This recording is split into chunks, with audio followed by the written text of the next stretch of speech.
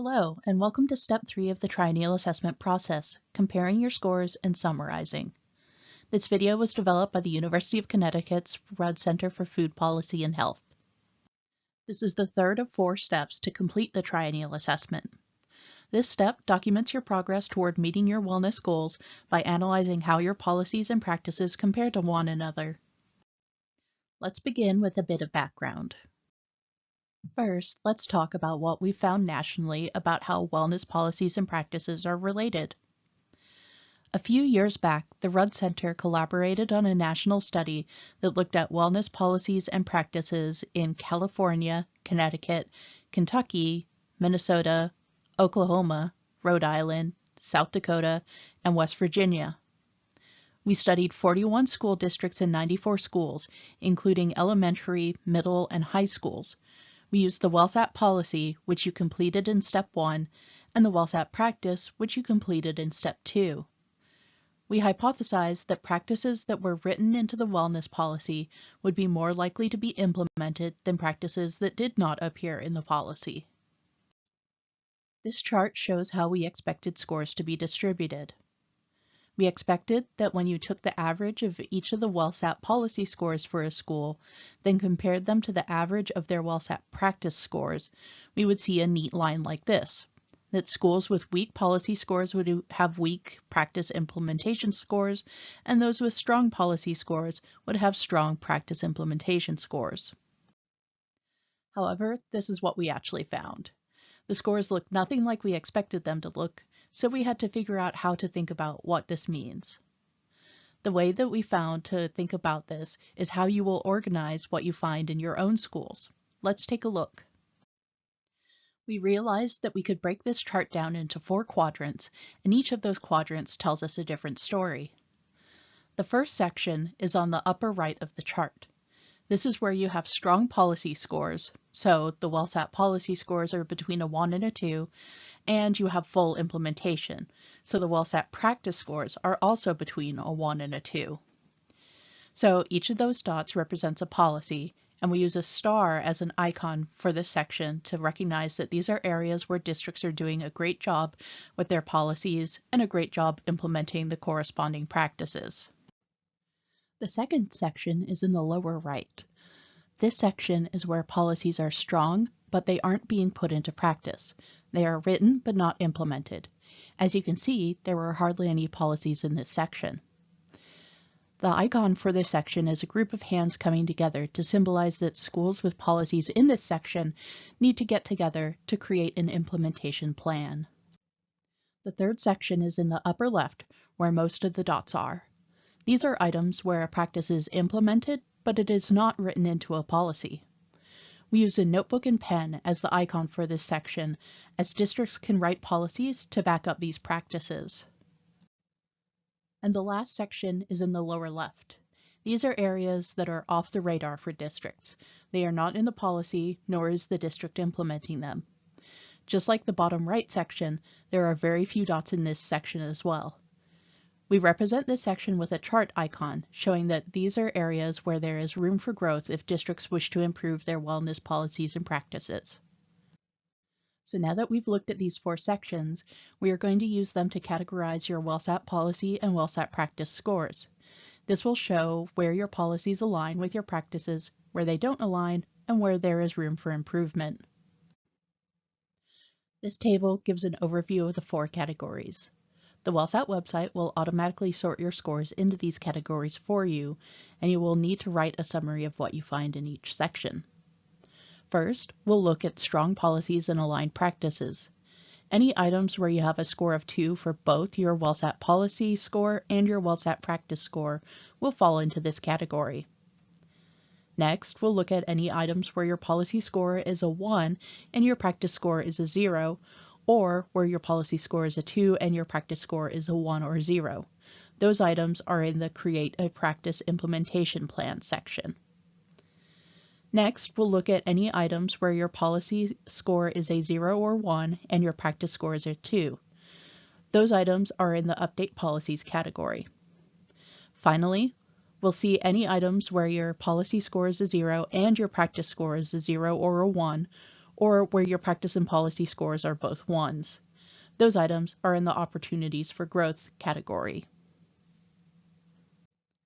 Now, let's talk about summarizing your findings. The first section of items you will see after the optional introduction is Section 1, Strong Policies and Aligned Practices. This section identifies areas where your district, school, or institution has a strong policy and is fully implementing practices that align with the policy. Your narrative should describe your areas of success in meeting wellness goals as demonstrated by the items in this section. To help create your summary, think about which federal requirements are in this section. You might also consider whether there are items in this section that were not as highly scored in your last assessment. You could describe how your district, school, or institution improved your policies or practices for these items. Section 2 is Create a Practice Implementation Plan. This section identifies areas where your district, school, or institution has either a strong or weak policy, but practice implementation is either absent or limited. Your narrative should describe how your district, school, or institution will create practice implementation plans to ensure full compliance with all elements of the local school wellness policy. To create your summary, think about which federal requirements are in this section. You should also describe how you plan to improve implementation for all items in this section. You might consider plans such as who is responsible, when will improvements occur, and how will improvements be assessed. Section 3 is Update Policies. This section identifies areas where your district, school, or institution is either fully implementing a practice but there is no language or only weak language in the written policy, or partially implementing practices and there is no language in the policy. Your narrative should describe how the district, school, or institution will update its policy to include all federally required items.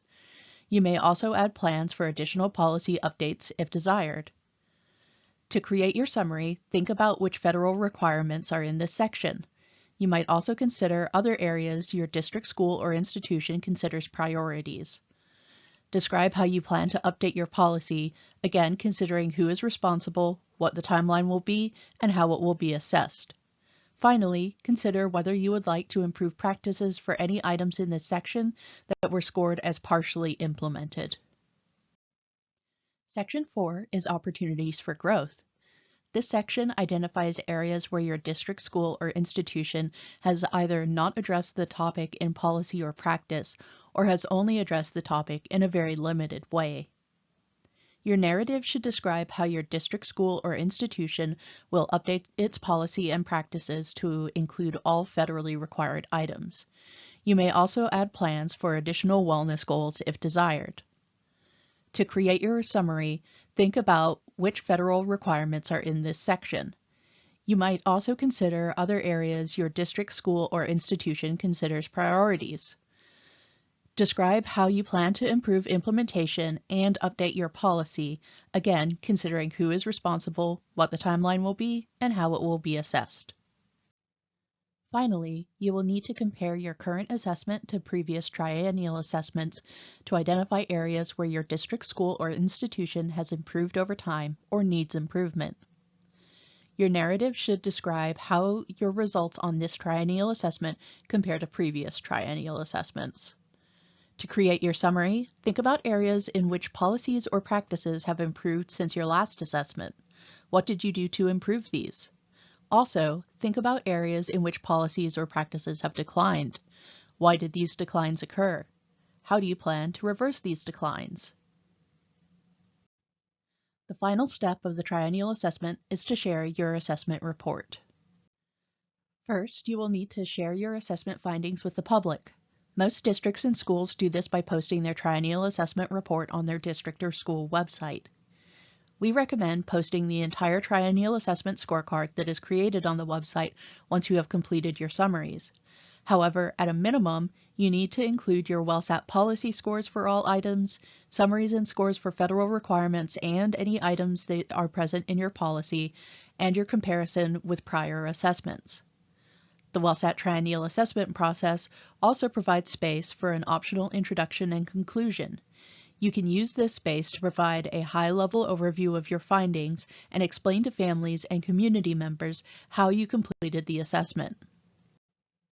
Finally, you should retain all your materials from this triennial assessment to share at your next administrative review.